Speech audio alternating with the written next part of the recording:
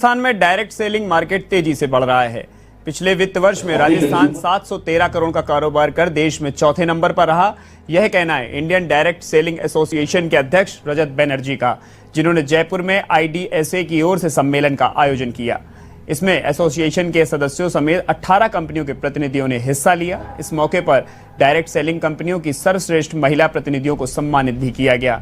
इस दौरान बनर्जी ने बताया कि केंद्र सरकार ने हाल ही में डायरेक्ट सेलिंग के लिए नियम तय किए हैं। इन नियमों का पालन कराने की जिम्मेदारी राज्य सरकारों को है।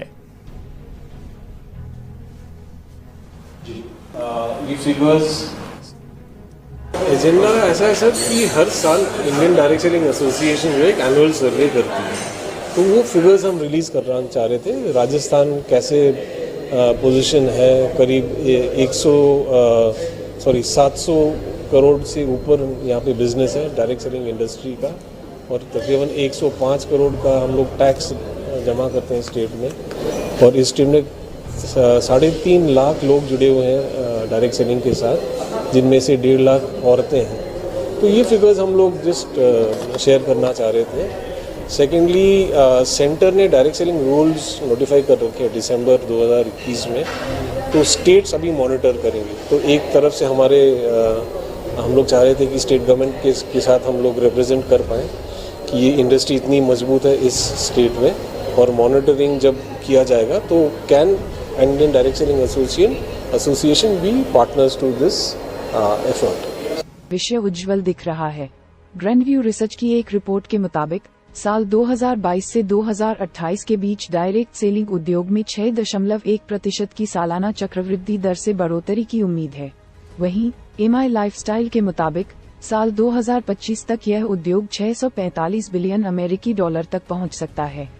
इस उद्योग के बढ़ने से सरकारी राजस्व में भी बढ़ोतरी होगी और साल 2025 तक ये करीब 90 बिलियन रुपए तक पहुंच सकता है। इंडस्ट्री का फ्यूचर क्या है, इस बिजनेस की सच्चाई क्या है, लोग इस बिजनेस के बारे में बताने से क्यों कतराते हैं, लोग इस बिजनेस में काम करना क्यों नहीं चाहते हैं, क्यों डायरेक्ट सेलिंग बिजनेस में इतनी नेगेटिविटी है, क्या है इसकी वजह। डायरेक्ट सेलिंग बिजनेस आने वाले वक्त का सबसे बड़ा बिजनेस है। क्यों? अगर आज आप दूसरी कंट्रीज को देखें, जो कंट्रीज आज डेवलप्ड है, उन सभी कंट्रीज के अंदर डायरेक्ट सेलिंग बिजनेस का बहुत ज़्यादा प्रायोरिटीज दी जाती है, क्योंकि डायरेक्ट सेलिंग बिजनेस लोगों का बिजनेस है, और जब तक दुनिया में लोग रहेंगे तब तक ये बिजनेस चलता रहेगा, क्योंकि ये बिजनेस लोगों पर डिपेंडेड है। जब तक लोग खाते रहेंगे, नहाते रहेंगे, कपड़ा पहनते रहेंगे, तब तक ये बिजनेस आपका चलता रहेगा। अपने इंडिया में कुछ लोग इसे फंसाने का काम बोलते हैं, और कुछ लोग ये मानते हैं जिनके पास करने को कोई काम नहीं होता वे लोग ये काम करते हैं। मैं उन सारे लोगों से सहमत हूँ, क्योंकि उन लोगों के पास अभी तक इस बिजनेस का प्रॉपर नॉलेज नहीं पहुँच पाई है। ये हम लोगों की जिम्मेदारी है कि इतनी पावरफुल और ब्यूटीफुल इंडस्ट्री के बारे में लोगों को समझाएं। दुनिया में कुछ ऐसे भी काम होते हैं जो लोगों को आसानी से समझ में नहीं आते हैं। एक छोटा सा एग्जांपल देता हूं। हम लोग दिन भर फेसबुक, व्हाट्सएप और यूट्यूब कितना यूज़ करते हैं, और इसके लिए आपसे एक भी पैसा नहीं लिया जाता है।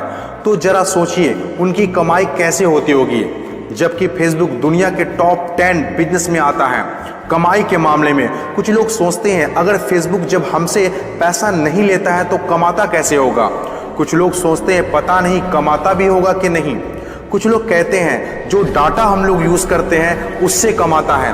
डाटा का पैसा सिम वाले को जाता है, जिसका सिम हम लोग यूज़ करते हैं, चाहे वो एयरटेल हो या जियो हो। ना तो जानते हैं और ना ही जानना चाहते हैं कि कमाई आखिर कैसे होती है।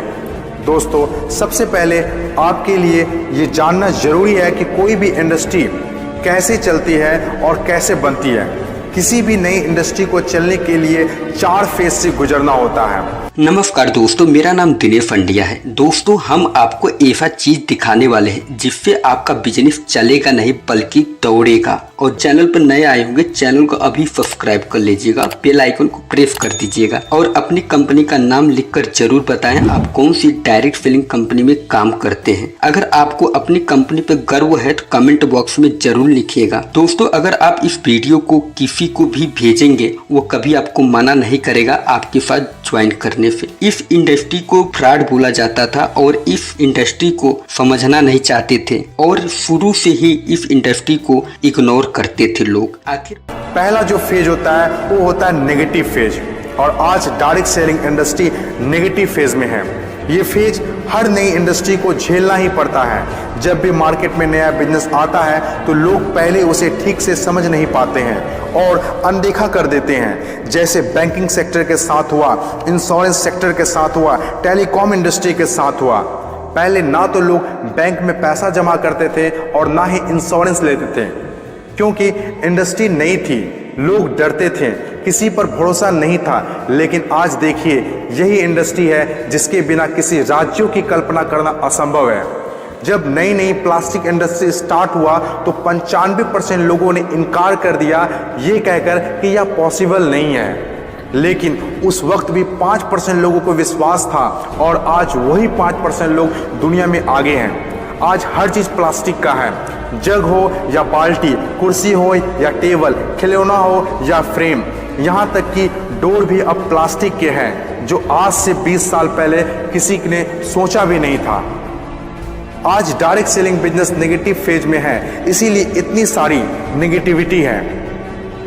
और जब ये पॉजिटिव फेज की तरफ बढ़ता जा रहा है, नेगेटिव फेज में होने के बावजूद भी इस इंडस्ट्री ने कई लोगों की जिंदगियां बदल दी। दूसरा जो किसी भी इंडस्ट्री को फेस करना होता है वो दूसरा फेज होता है पॉजिटिव फेज। ये वो टाइम होता है जब लोगों का इंडस्ट्री के ऊपर ट्रस्ट बढ़ने लगता है, क्योंकि वे आसपास में रिजल्ट देख रहे होते हैं। और जो लोग उस वक्त डायरेक्ट सेलिंग बिजनेस में दिलचस्पी नहीं दिखा रहे होते हैं, अनदेखा कर रहे होते हैं, वे रिजल्ट देखने के बाद दिलचस्पी लेने लगते हैं और आपका काफिला और बढ़ने लगता है, रिजल्ट और बढ़ने लगता है, दिलचस्पी और भी लोगों में बढ़ने लगती है। जैसे बैंकिंग इंडस्ट्री और इंश्योरेंस इंडस्ट्री के साथ हुआ था। बैंक का वैल्यू, बैंकिंग इंडस्ट्री का वैल्यू तब पता चला होगा लोगों को जब किसी का पैसा घर में सुरक्षित नहीं रहा होगा। इंश्योरेंस के वैल्यू तब लोगों को पता चला होगा जब किसी के एक्सीडेंट होने के बाद उसके घर वाले को पैसा मिला होगा। तीसरी जो किसी भी इंडस्ट्री का फेज होता है वो होता है ग्रोथ फेज। जब एक बार लोगों को इंडस्ट्री पर भरोसा होने लगता है तो उनकी ग्रोथ बहुत तेजी से होने लगती है, क्योंकि ऐसे फेज में लोगों को ज़्यादा समझाने की ज़रूरत नहीं होती है। और जब तक कोई कंपनी ग्रोथ फेज में नहीं आती है तब तक लोग उसके साथ जुड़ना पसंद नहीं करते हैं। और जैसे कंपनी ग्रोथ फेज में एंटर करती है तो लोग उसके साथ ऑटोमेटिक जुड़ना और काम करना स्टार्ट कर देते हैं। चौथी और आखिरी फेज, हर इंडस्ट्री को इससे गुजरना ही होता है, कंपटीशन फेज। हर एक इंडस्ट्री के अंदर एक वक्त ऐसा आता है जब कंपटीशन बढ़ने लगता है। इंडस्ट्री और कंपनीज की ग्रोथ को देखकर ज़्यादातर लोग कंपनी के साथ जुड़ना और काम करना शुरू कर देते हैं। ज़्यादातर लोग ज़्यादा प्रॉफिट के चक्कर में कंपटीशन होने लगता है।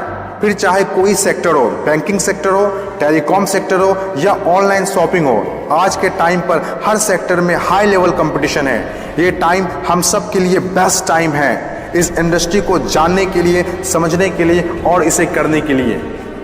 According to FICCI, direct selling industry का मार्केट साइज 6000 करोड़ आंका गया है।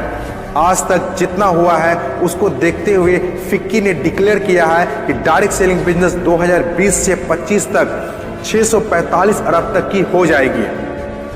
आपको इस बात को जानना बहुत जरूरी है कि अमेरिका, ऑस्ट्रेलिया, चीन, जापान, कोरिया और सिंगापुर जैसे बहुत बड़ी बड़ी डेवलप कंट्रीज ने डायरेक्ट सेलिंग बिजनेस को बहुत हद तक अपना लिया है और वहाँ के सिटीजन भी बहुत जागरूक हैं। बदलाव के बिना तरक्की नहीं की जा सकती है और जो लोग अपने सोचने का तरीका नहीं बदल पाते हैं वे लोग अपनी ज़िंदगी में कुछ भी नहीं बदल पाते हैं। नोकिया, कोडेक जैसी बड़ी बड़ी कंपनियां चलाने वाले लोग भी अपने सोचने का तरीका नहीं बदल पाए, इसीलिए अपनी शानदार शुरुआत के बाद भी वो वक्त के साथ इतिहास के हिस्सा बन गए। इन तमाम बातों में से मैं एक बात बताना चाहता हूँ, बदलाव ही प्रकृति का नियम है। बदलना तो तय है, जो वक्त से पहले बदल गया उनकी ज़िंदगी बदल गई, और जिसे वक्त ने बदल दिया उनकी भी ज़िंदगी बदल गई। फ़र्क साफ है, अगर वक्त के साथ बदल गए तो ठीक, वरना वक्त ने बदला तो बहुत तकलीफ होगी। मेरा ये चैनल सब्सक्राइब करें और मेरे हर अपडेट आपको मिले, इसके लिए बेल आइकन जरूर दबाइएगा। आप सभी को मेरी ढेर सारी शुभकामनाएं। Change and those who cannot change their minds cannot change anything। यानी बदलाव के बिना तरक्की हासिल नहीं की जा सकती, और जो लोग वक्त के साथ अपने सोचने का तरीका नहीं बदल पाते वो कुछ भी नहीं बदल सकते, यानी वो कुछ भी नया नहीं कर सकते। याहू, नोकिया और कोडेक जैसी कंपनियों को चलाने वाले लोग वक्त के साथ अपनी सोच को बदल नहीं पाए, और शानदार शुरुआत के बावजूद वक्त से पहले इतिहास का हिस्सा बन गए। हमने अपने इस डीएनए टेस्ट के जरिए आपको यही बताने की कोशिश की है। हम आपसे यही कहना चाहते हैं कि बदलाव प्रकृति का नियम है, इसलिए नए तरीके से सोचिए, नए आइडियाज पर काम कीजिए, नए लोगों से मिलिए, नई सोच अपनाइए।